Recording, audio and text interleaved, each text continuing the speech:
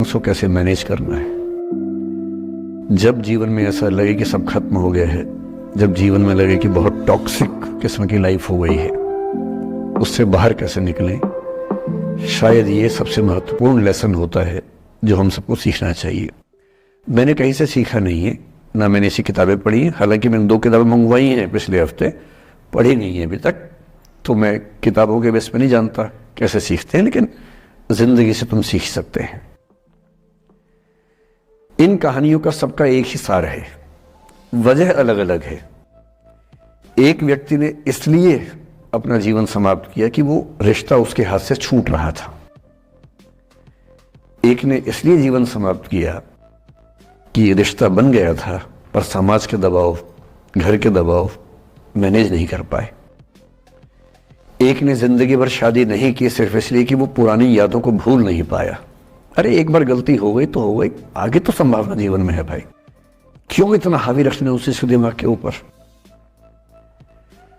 कुछ लोग देश की सबसे अच्छी नौकरी में होकर हर पैमाने पर सफलता की हर कसौटी पे खरा उतरने के बाद जीवन नहीं बचा पाए, क्योंकि दूसरों की नज़र में आप बहुत सफल हो जाए, अपनी नज़र में शून्य हो, तो फिर जीवन कैसे बने, जीवन कैसे बचे। इन सारी कहानियों का मूल भाव एक ही है, अगर आप खुद को हैंडल नहीं कर सकते तो दुनिया को क्या हैंडल करेंगे।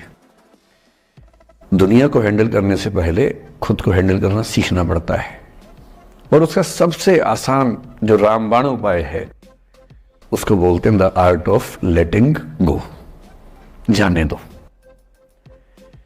वो अफसाना जिसे अंजाम तक लाना न हो मुमकिन, उसे एक खूबसूरत मोड़ देकर छोड़ना अच्छा। साहिर ने लिखा, प्रेम की दुनिया के बारे में साहिर से अच्छा कौन लिखेगा। तारुफ समझते, तारुफ ना परिचय, इंट्रोडक्शन। कहते तारुफ रोग बन जाए तो उसको भूलना बेहतर।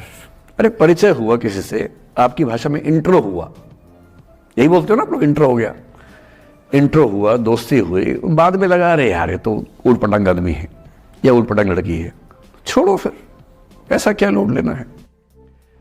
तारुफ रोग बन जाए तो उसको भूलना बेहतर, ताल्लुक बोझ बन जाए तो उसको तोड़ना अच्छा। वो अफसाना जिसे अंजाम तक लाना ना हो मुमकिन, उसे एक खूबसूरत मोड़ देकर छोड़ना अच्छा। बस करना यह है कि खूबसूरत मोड़ देकर छोड़ना है, हाथ में तेजाब की बोतल लेके नहीं। और आज की पीढ़ी का यह समझना बहुत जरूरी है कि छोड़ना भी अच्छे तरीके से हो सकता है। तो मैं उस बात पर आऊं, उससे पहले थोड़ा संक्षेप में समझा दूं। मुझसे कुछ बच्चों ने पूछा इस बीच में कि जितना आसानी से आप बोल रहे हैं, क्या सच में इतना आसान होता है? कैसे छोड़ें उन चीज़ों को जो मन पर हावी हैं, उन इमोशंस के टर्मोइल को, उन इमोशंस की इंटेंसिटी को कैसे मैनेज करें? क्या सच में इतना आसान होता है? आसान तो नहीं होता है। मेरी उम्र में आसान है, आपकी उम्र में आसान नहीं होता है। मेरी उम्र में क्यों आसान है? क्योंकि ये सारा खेल हार्मोन्स का है, ये सारा खेल केमिस्ट्री का है।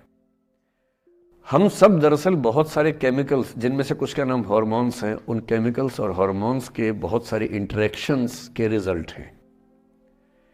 इसलिए जब कोई बच्चा जैसे छोटे बच्चे हमेशा उछलते रहते हैं, पेरेंट्स थके रहते हैं, ये इन सभी केमिस्ट्री का परिणाम है, शौक का मामला नहीं है। आपकी उम्र जो होती है, किशोरावस्था और युवावस्था की शुरुआती उम्र, मैं मान के चल रहा हूँ कि आप सब लोग 17 से 22-23 के बीच के लोग हैं, बच्चे हैं। कुछ तो अभी शादी भी नहीं कर सकते होंगे, वो वाले होंगे ना, लड़के तो नहीं कर सकते होंगे भी, 21 के कहाँ हुए होंगे, तो वो वाली उम्र आप लोगों की है। इस उम्र में इमोशंस का टर्मोइल, इस उम्र में इमोशंस का बिखराव इतना ज़्यादा होता है कि संभालना बड़ा मुश्किल होता है। जैसे जैसे आप मैच्योर होंगे, बड़े होंगे, बूढ़े होंगे, बूढ़े और मैच्योर काफ़ी हद तक समानार्थक शब्द होते हैं। बूढ़ा आदमी आमतौर पर मैच्योर हो ही जाता है, और जो मैच्योर हो जाता है उसको लोग बुढ़ा ही बोलते हैं, चाहे वो दोस्त हो आपका। तो मैच्योर होने के बाद मैच्योरिटी के कई लक्षण हैं, 10-20 लक्षण, उनमें से एक ये है कि आपके इमोशंस में इंटेंसिटी उतनी नहीं रह जाती जितनी बचपन में होती है।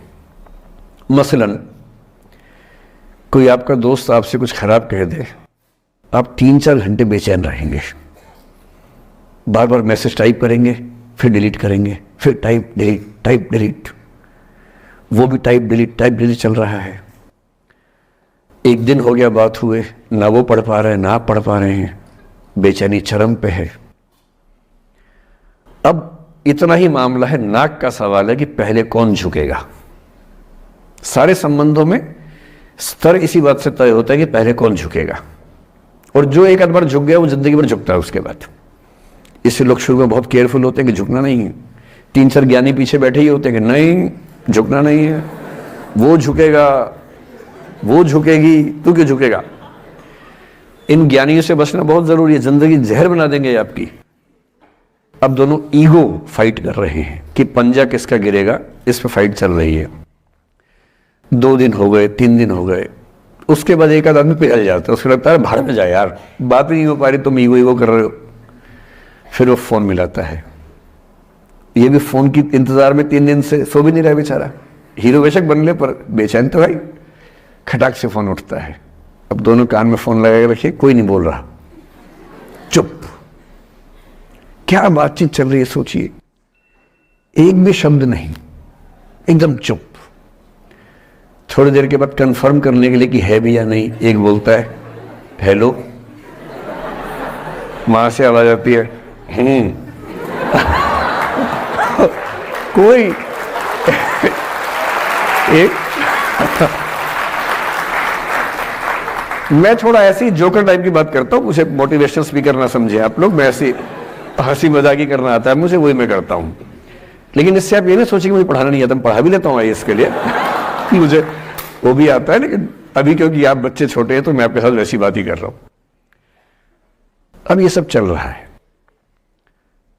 अब इसमें अगर कोई एक व्यक्ति झुक गया, बात आगे हो गई तो हो गई, वरना कई रिश्ते ऐसे भी होते हैं जो इसी बिंदु पे खत्म हो जाते हैं कि तेरा भाई नहीं झुकेगा, भाभी झुकेगी, और उधर जीजू झुकेंगे, दीदी नहीं झुकेगी, जीजू झुकेंगे, दीदी क्यों झुकेगी, और ना जीजू झुक रहे ना भाभी झुक रही और उस चक्कर में जो अभी बेचारा रिश्ता बना भी नहीं था, वही वो जमींदोज हो गया, वही वो खत्म हो गया।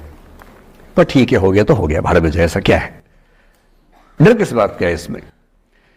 लेकिन मैं फिर भी आपसे कहूंगा, मेरी उम्र में क्या होता है, जैसे मुझे कोई फोन करे कि मैं आपसे बहुत नाराज हूं, तो मैं कहता हूं अच्छा ठीक है कल बात करेंगे। नहीं, मैं आपसे बहुत नाराज हूं, मेरा दिल टूट गया है, मैं कहता हूं देखो मुझे नींद आ रही है अभी, let me sleep, we will talk tomorrow, you just do one thing, write down all the points and we will discuss in the morning, when I come to office you come to my cabin and we will discuss, don't worry, I will find out the solution for you. कह रहे हैं आप कैसी बात कर रहे हैं, मैं ना सो पा रहा हूं ना मैं जाग पा रहा हूं। तो मैंने कहा दैट इज योर प्रॉब्लम मैं तो सो भी रहा हूं जाके, ये तो कोई दिक्कत नहीं हुई भाई। तो मैं तो ऐसा हो चुका हूं कि दुनिया में कुछ भी हो जाए मुझे टाइम पे नींद आ जाती है, कुछ भी हो जाए, मतलब एक आध, अब जैसे मेरी माता जी की मृत्यु हुई तो मुझे नींद नहीं आई कुछ दिनों तक, ठीक बात है, नहीं आनी चाहिए उस समय, तब भी आ गई तो फिर इंसान और पत्थर में क्या अंतर बचा, सीधी सी बात है। But keeping aside those rare instances, कोई कुछ भी कर ले, हमें तो बढ़िया नींद आती है।